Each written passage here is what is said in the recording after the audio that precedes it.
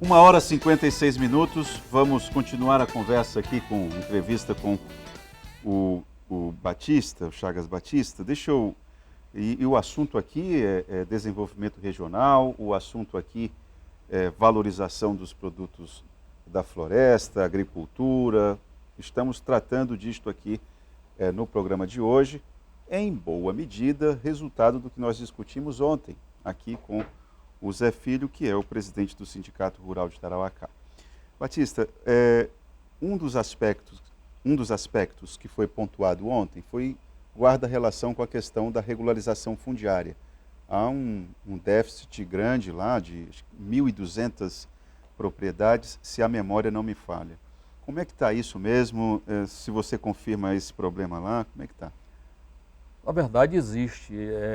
Nós temos um problema sério de regularização fundiária até dentro mesmo dos projetos de assentamento que foram criados e eles foram se expandindo, né?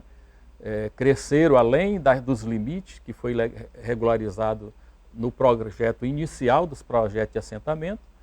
E hoje nós temos, mesmo dentro dos projetos de assentamento, dessas áreas que já são públicas, muito problema de regularização fundiária que precisa ser feito com urgência, para que as pessoas possam ter seu documento, trabalhar legalmente, ter acesso aos benefícios, né, da condição dele como produtor rural, né, acesso à previdência, acesso aos créditos, financiamento, enfim. Mas tem um outro problema sério, que é o problema nas propriedades particulares. Por exemplo, Tarauacá é a cidade do Brasil, eu acho que tem mais rio. Você pega ali, né? Você tem o rio Tarauacá, o rio Muru, o rio Gregório, o rio Acurá, o rio Liberdade, são rios, não são igarapé, são rios. O rio Muru, então, o rio Tauari e o rio Muru é um rio quase do posto do rio Tarauacá. Esses rios, eles estão todos cheios de pequenos produtores, médios produtores até, e a maioria trabalhando ainda em seringais que foram abandonados com a crise da borracha, a falência, né, da borracha, e foram ocupados por produtores, seringueiros que já moravam lá na época, e outros pequenos produtores e até médios produtores que se deslocaram, compraram posses de pessoas que moravam lá para desenvolver suas propriedades. Isso tudo sem regularização nenhuma? Sem regularização nenhuma.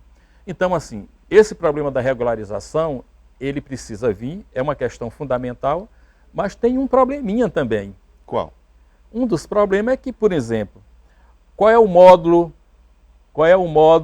da região para Poceiro? Imagino que 50, 60 50 hectares. da nossa região, 60 hectares. E dificilmente, eu diria que 60% dos produtores da nossa região, eles já produziram, eles já desmataram aí mais de 50, né? Então, como é que vai ficar a situação dele? O problema dessa situação, essa região do Ribeirinho, vai ser resolvida só com a regularização fundiária? Certamente Qual não. é o modelo? O governo vai desapropriar para transformar em projeto de assentamento extrativista, projeto de assentamento fundiário, ou vai regularizar mesmo dentro das propriedades particulares? Se for dentro das propriedades particulares, o módulo é isso que eu lhe falei, que nós estamos com 50, 60 hectares. Isso não vai resolver o problema, porque são regiões de difícil acesso, as pessoas trabalham lá com muita dificuldade, não tem máquina, não tem equipamentos, né? Não tem tecnologia. Então, é uma situação desafiadora, que é muito mais complicado do que a gente possa imaginar e apresentar aqui soluções simples. Agora, eu acho que já deve ser a 5ª pessoa que vem aqui ao Gazeta Entrevista e fala a respeito desse assunto, a questão da regularização fundiária.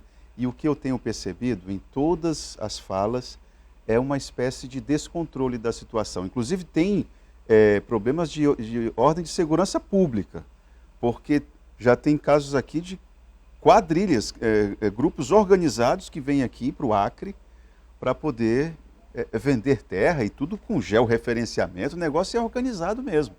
Agora, quando uma quadrilha dessa, um grupo desse vem para cá, desta forma, é porque um governo está muito frágil.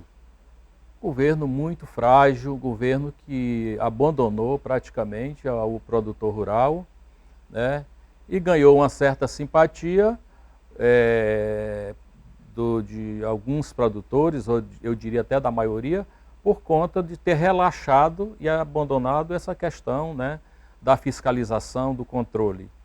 Que isso não é o caminho. O caminho é o governo trabalhar organizando os produtores rurais, organizando a regularizando a posse da terra, dando ao produtor o direito e o reconhecimento da sua terra, dele como dono.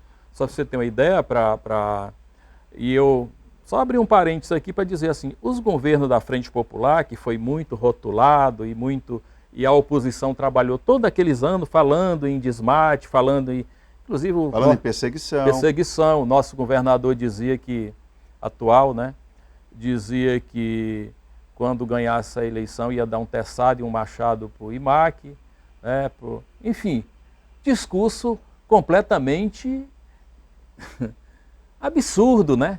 Porque nem apelativo, porque não fez isso, e não podia fazer. Se tivesse feito também não teria sentido. Mutou, né? Mas mutou também, muita gente foi multada, porque na beira da estrada, onde houve desmate, houve muita multa também. Pessoas receberam muita multa. Só que naquelas regiões onde ficava mais exposto, à beira da estrada, as margens, nas regiões mais distantes, então abandonaram. Então, um governo fraco, um governo que não cuidou desse aspecto, e por isso que ganhou uma certa simpatia de alguns produtores, mas a maioria dos pequenos, né, produtores estão abandonados, eles precisam melhorar de vida, eles precisam ter assistência técnica, eles precisam ter políticas compensatórias, inclusive, para cuidar e respeitar essa questão da floresta, da proteção ambiental, porque, afinal de contas, é uma obrigação de todos nós cuidarmos disso. Ô Batista, olha só, o seu Juceni está lhe perguntando o seguinte, pergunta para o entrevistado quantas máquinas agrícolas o governo disponibiliza para os pequenos produtores, para destocar e arar alguns hectares de terra para que eles possam queimar. No meu município, por exemplo, em 4 anos, em 3 anos, não teve um hectare de destoca, não teve 1 hectare aradada. Esse ano, que era o ano da eleição, eles levaram, através de uma pessoa que era político, levaram lá para uma propriedade, arrumaram as máquinas, levaram para uma propriedade para fazer uma política. Umas tomadas ali, umas imagens, uns negócios. Não, para fazer uma política para ganhar voto para os candidatos proporcionais. Coisa de uma comunidade que não atinge ali 50 produtores na beira da estrada. Você pegar a BR saindo de Tarauacá até o Liberdade, que vai no sentido de Cruzeiro do Sul, nós temos aproximadamente, só na extensão da BR, nós temos aproximadamente aí uns 600 produtores rurais. 600 produtores rurais aproximadamente. Então, não tem política. Foi completamente desorganizado qualquer atuação nesse sentido de apoiar a produção rural. Batista, para você, se você pudesse participar de uma reunião para afinar e ajustar a política agrícola por aqui, no âmbito federal, o que você destacaria como prioridade em relação ao pequeno produtor, né, ao agricultor familiar? Que orientações você, tendo Tarauacá como referência, o que seria prioridade? Eu teria o maior interesse e quero participar. A primeira decisão que nós temos que tomar é chamar todo mundo para conversar. Todo mundo quem? FETACRE, FAEAC, quem? Chamar a FETACRE tem que sentar, conversar, mas depois tem que chamar todos os produtores para conversar. Institucionalmente, o governo federal, e aí eu acho que o governo do estado agora pode ser que ele passe a ter uma responsabilidade maior sobre isso, né? Botar todo mundo na mesa. todo mundo, quando você fizer uma pergunta, que se todo mundo tem responsabilidade ambiental, ninguém vai ter coragem de dizer que não tem, não é verdade? Só os ignorantes mesmo, aqueles que existem, mas assim, quando bota para a discussão na mesa, ó, todo mundo tem responsabilidade ambiental. Todo mundo quer um Estado desenvolvido. Todo mundo quer um Estado que gere emprego e renda. Então, como é que nós vamos fazer isso? Né? Então, qual é a parcela do governo, de investimento do governo federal para esse aspecto? Qual é a parcela de investimento do governo do Estado? Qual é a responsabilidade do governo do Estado? E qual é a responsabilidade do município também? Esses três entes precisam estar juntos com esses produtores para sentar e discutir caminhos. Você acha que nós estamos em um cenário em que esse diálogo seria possível? Institucionalmente, eu estou perguntando. Talvez esse momento que ainda estão bloqueando estrada, né? Ainda estão fechando, inclusive, proibindo de passar combustível para o Acre, né? Passar alimentos, talvez não seria possível nesse momento fazer essa discussão. Mas já daqui a pouco vai ter que fazer. Não, eu acho... Isso aí é algo para depois do presidente Lula. Não, vai ter que fazer, vai ter que fazer, vai ter que fazer. Eu acho que é possível fazer, sim. Eu acho que é possível fazer, porque quando você... Eu sempre digo que um homem valente é um homem com razão.